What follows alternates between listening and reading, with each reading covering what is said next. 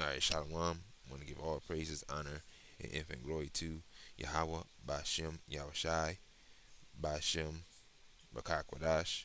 Want to give double honors to our apostles and elders at Great Millstone. Peace and blessings to you, brothers and sisters there.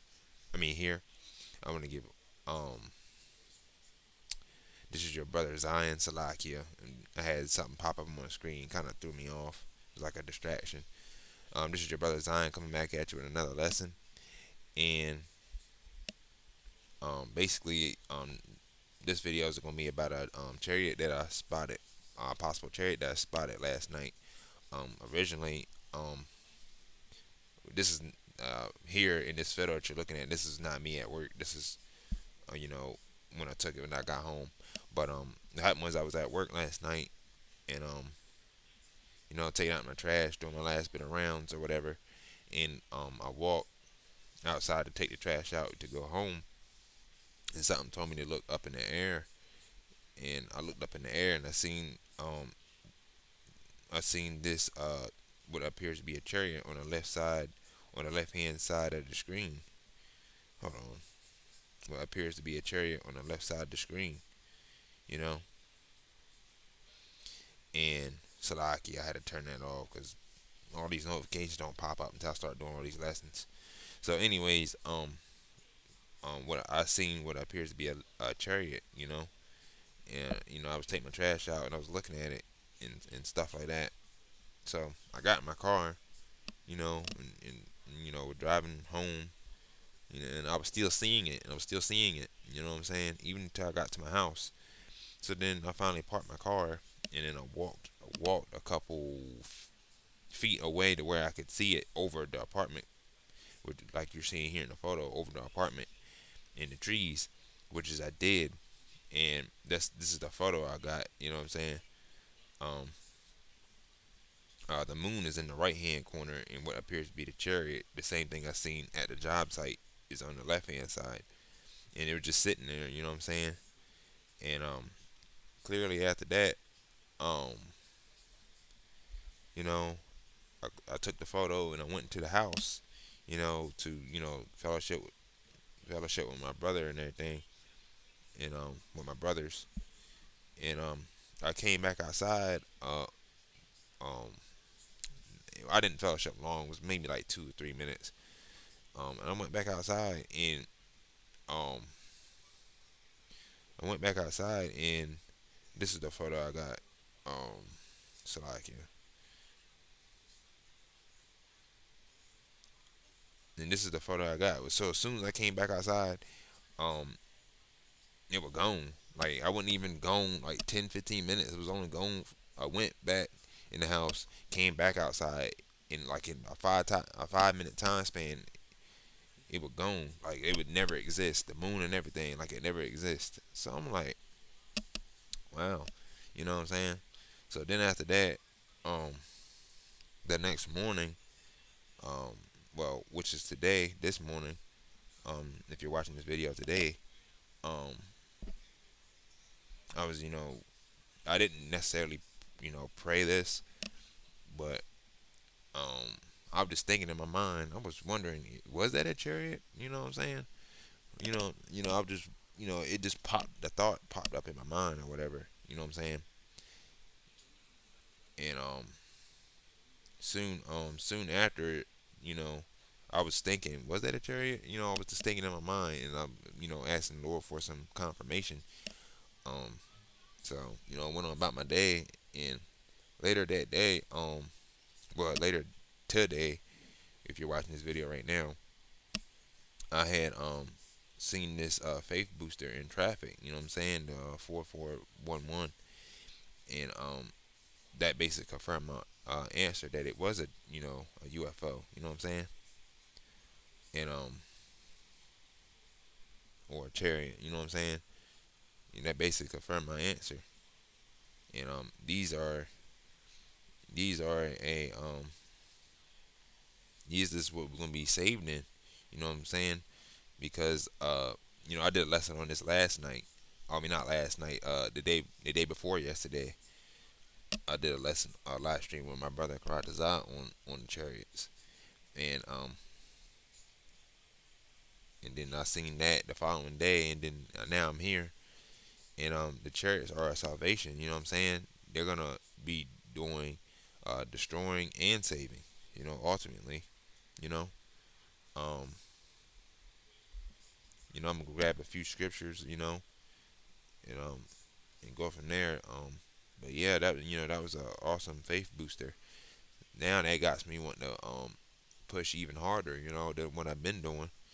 You know, this is my favorite. This is Isaiah 26:20. Come, my people, into thy chambers, and shut thy doors about thee.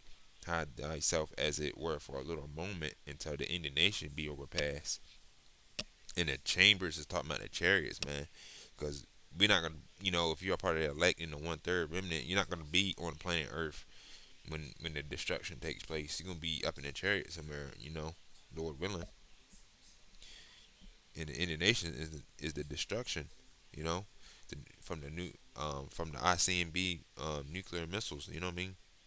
Or intercontinental ballistic missiles. You know what I'm saying? Um, so we are that's brothers that's doing these videos and all this stuff. We're hoping to be in the chambers, which is them chariots, man. Um, and while I'm at it, I'm gonna read this quick precept real quick. This is Revelations 15:2, and I saw as it were a sea of glass mingled with fire, Salakia, and them that had gotten the victory over the beast, and over his image, and over his mark, and over the number of his name, stand on the sea of glass, having the harps of God. So the fire is the nuclear fire, and the glass mingled with fire, the firmament, Salakia, firmament.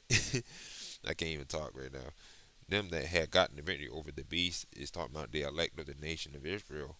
The image represents the image of the Roman Empire in its laws, legislation, and architecture, according to 1 Maccabees 8:13-16.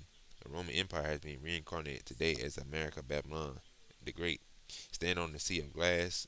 The elect will be on the chariots above the firmament, watching the destruction. Yeah, so that's where you hope to be if you're a part of the elect in the 1/3. You know what I'm saying? Um, this is going. Hold on, let me continue. Let me see if there's something on that. Um,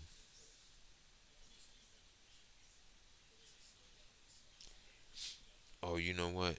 Hold on. Oh yeah, I'm gonna read this one. I'm gonna get to that here in a minute. Cause this is basically about chariots and me. It's a chariot lesson because I seen one last night. This is Isaiah 61. I mean Isaiah 6:1. In the year that King Isaiah died, I saw also the Lord sit upon a throne, high and lifted up, and his train filled the temple. The Lord Yahushua high and lifted up in a chariot, train the rest of the ship. You know what I'm saying? Because you got to understand how they describe stuff back then and how we describe stuff now is totally different. You know what I'm saying? Um, this is. Hold on, let me see if it's something on that.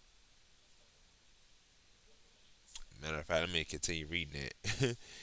I'm gonna read down, go down again.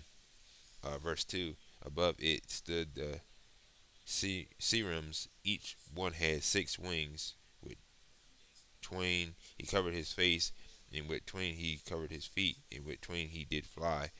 And to break down the shuttle ships, you know. Yeah. So how they describe stuff back then, is different compared to now how we describe stuff. You know. Um, this is Isaiah 19:1. The burden of Egypt. Behold, the Lord rideth upon a swift cloud, and shall come into Egypt, and the idols of Egypt shall be moved at his presence, and the heart of Egypt shall melt in the midst of it. In the swift cloud is talking about a chariot because these things can move lightning fast. They can stand still, move fast, blink, do anything you could think of. You know what I'm saying? Um, what else? This is Let me bring this out because some of these scriptures I didn't bring out on that live I did 2 days ago. This is Isaiah 31 and 5. As birds flying, so will the Lord of hosts defend Jerusalem. Yeah. Um, yeah, because chariots, birds fly in the sky, chariots there in the skies. Defending also, he will deliver it, and passing over it, he will preserve it. You know what I'm saying? Um, that's why these all these movies and stuff that all these movies that had these UFOs and chariots and stuff like that, they get that from the scriptures ultimately. Really. This is Isaiah 60 and 8. What are these that fly as a cloud and as the doves to their windows? Yeah, in a breakdown, at this moment, Isaiah had looked up and saw the chariots of Israel. Yeah, so in this moment, um, you know, Isaiah, and it's a question mark because he he looked up and he was like, hold on, what is that? You know what I'm saying? And he realized he saw the chariots of Israel. You know what I mean? Um, this is Isaiah 66 and 15 through 16. For behold, the Lord will come with fire and with his chariots like a whirlwind to render his anger with fury and his rebuke with flames of fire. So these things got power to zap you on spot, save you, take you somewhere else, etc. They're the heavenly vehicles, really. Verse 16, for by fire and by his sword will the Lord plead with all flesh, and the slain of the Lord shall be many. And plead is shapat to judge. You know what I'm saying? This is Jeremiah 4 and 13. Behold, he shall come up as clouds, and as chariot shall be as a whirlwind, his horses swifter than eagles. Woe unto us, for we are spoiled. Let me see.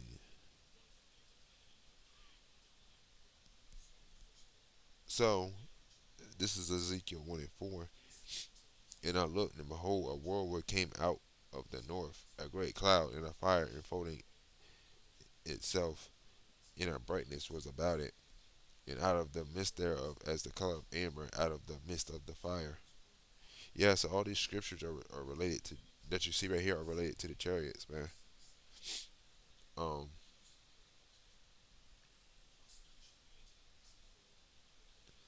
hold on, it's something I'm looking for.